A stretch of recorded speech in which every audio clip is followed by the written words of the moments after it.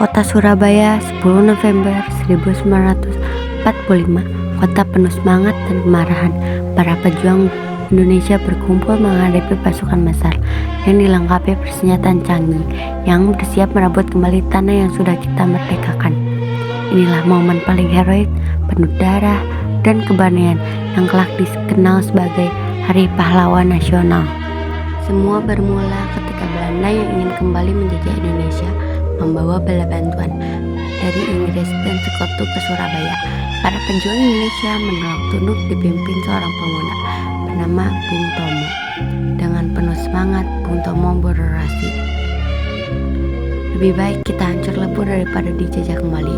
Kata-katanya membakar semangat rakyat. Mereka bersumpah mempertahankan Surabaya. Banteng Indonesia masih mempunyai darah merah yang dapat membikin sentaris kain putih, merah dan putih.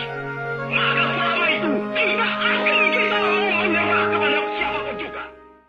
Pasukan Inggris memiliki tank, pesawat tempur, dan artileri berat. Sedangkan rakyat Indonesia, mereka hanya bersenjata bambu runcing, senjata seadanya, bahkan alat dapur. Tapi mereka punya satu senjata paling ampuh, yaitu semangat perjuangan. Setiap sudut kota menjadi medan laga.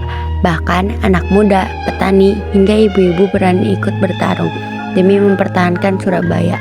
Pertengkaran 10 November 1945 bukan sekedar perang biasa. Ini adalah bukti bahwa kemerdekaan Indonesia bukanlah hadiah.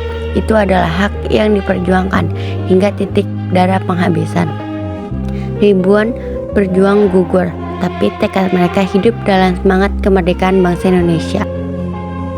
Bung Tomo atau bisa dipanggil Sutomo, pemimpin pemuda Surabaya dan orator ulung. Melalui siaran radio, ia membakar semangat rakyat dengan kata-kata, "Selama benteng-benteng Indonesia masih mempunyai darah merah putih yang dapat membuat secari kain putih menjadi merah dan putih, maka selama itu tidak akan kita mau juga menyerah kepada siapapun juga." Suara menjadi simbol peranan rakyat Indonesia. K.H. Hasyim Asy'ari, ulama besar pendiri Nahdlatul Ulama atau NU, mengeluarkan resolusi jihad pada 22 Oktober 1945 yang menyatakan membela tanah air dari penjajah adalah wajib hukumnya atau fardu ain bagi setiap muslim. Resolusi ini menjadi dasar moral dan spiritual bagi perjuangan rakyat Surabaya.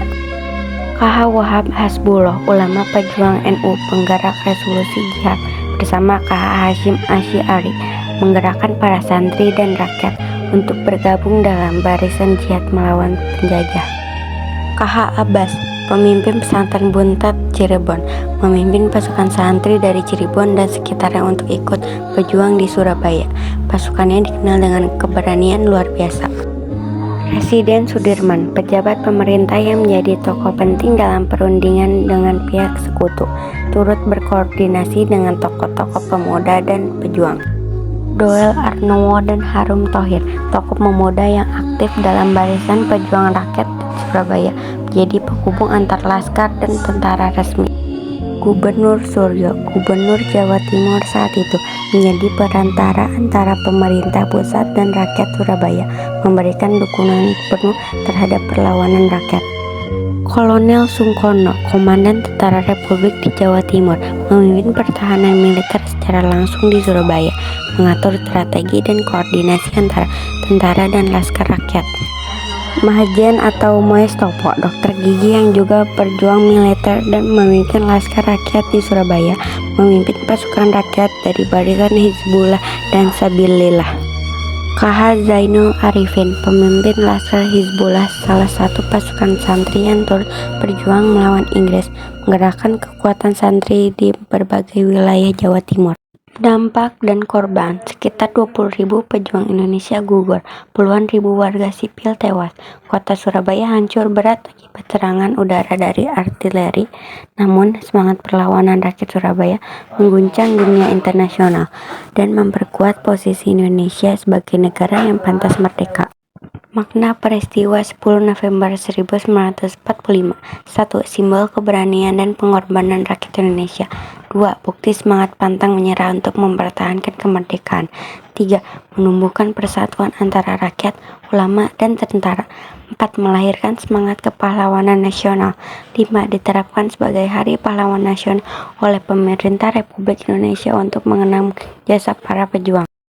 Kesimpulan, peristiwa 10 November 1945 adalah pertempuran terbesar dan paling heroik dalam sejarah Indonesia setelah proklamasi kemerdekaan.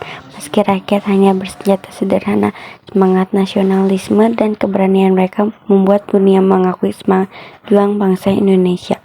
Terima kasih.